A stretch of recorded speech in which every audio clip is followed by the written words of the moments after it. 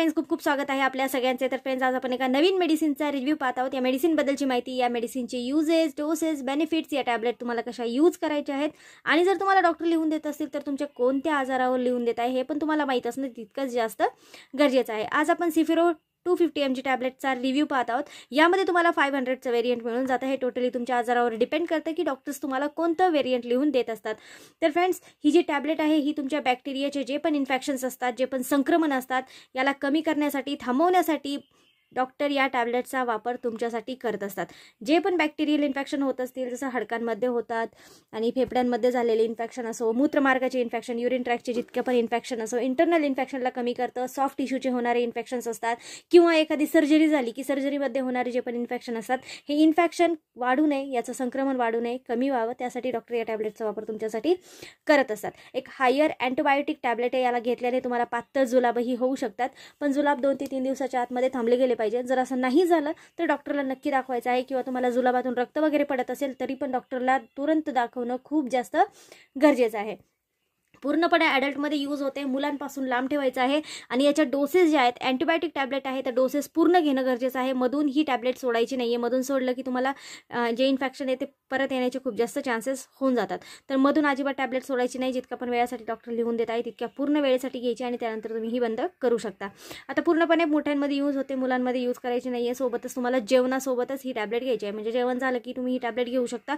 जेवणाच्या अगोदर म्हणजे कधीही उपाशीपोटी जर तुम्ही टॅबलेट घेतली की तुम्हाला अपचनाचा त्रास होतो, गॅस्ट्रिक प्रॉब्लेम्स होतात, तर असं होऊ नये त्यासाठी प्रयत्न करायचा आहे की जेवणासोबत तुम्ही या टॅबलेटला घ्यायचं आहे। अँटीबायोटिक टॅबलेट आहे तर एका टाईमच्या हिशोबाने चालते। जितक्या आपण वेळेसाठी लिहून देत आहे तितक्या वेळेसाठी घ्यायचं आहे आणि त्यानंतर तुम्ही ही टॅबलेट बंद करू शकता।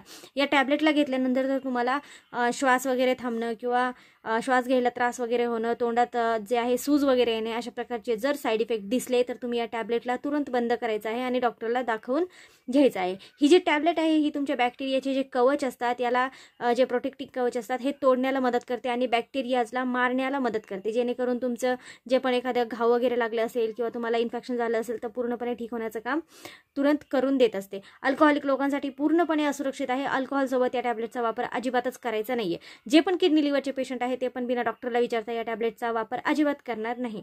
आणि वेगवेगळ्या कंपन्या तुम्हाला सेम कंटेंट बनवून देत असतात। कोणत्याही कंपनीचं सेम कंटेंट तुम्हाला काम अगदी एकसारखं देणार आहे, फक्त प्राइसिंगमध्ये उतार चढाव दिसून येतो। आज आपण हिटेरो हेल्थ केअर कंपनीबद्दल बोलून घेऊया। तर याच्यामध्ये तुम्हाला 10 टॅबलेटची 1 स्ट्रिप मिळणार आहे आणि 1 स्ट्रिपची किंमत जी आहे ते तुम्हाला 198 रुपये 50 पैसे इतकी येत आहे। याच्यामध्ये काही कॉमनचे साईड इफेक्ट आहे त्याबद्दल पण बोलूया। एकदम कॉमन साईड इफेक्ट, तुम्हाला रॅश वगैरे होऊ शकतात जर तुम्ही औषध कमी घेत असाल किंवा थोडीशी हायर आहे अँटीबायोटिक, तर तुम्हाला दाणे वगैरे दिसून येऊ शकतात, रॅश वगैरे होऊ शकतात, उलटी होऊ शकते, ॲलर्जिक रिॲक्शन्स होऊ शकतात, डायरिया, दस्त, अशा प्रकारचे प्रॉब्लेम्स तुम्हाला येऊ शकतात। लिव्हर एन्झाईम्स वगैरे वाढतात, ॲसिडिटी प्रॉब्लेम दिसून येतात। जर ॲसिडिटी वगैरे होत असेल तर डॉक्टरला अगोदरच सांगायचं आहे। या टॅबलेटला घ्यायच्या अर्धा 1 तास अगोदर तुम्ही ॲसिडिटीची कोणती पण अँटासिड टॅबलेट घेऊ शकता, त्यानंतर तुम्ही या टॅबलेटला घ्यायचं आहे। बाकी तर जे साईड इफेक्ट आहे ते अगदी कॉमन आहे, आपल्या आपच निघून जातात, त्यासाठी डॉक्टरकडे जाण्याची पण बहुधा गरजच पडत नाही।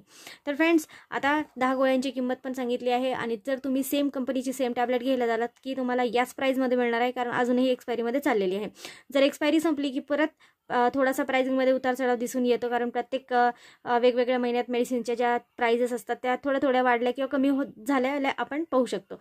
तर बरेचदा असं पण होतं आणि खूप मायनरचा फरक असतो, जास्त काही फरक दिसून येत नाही।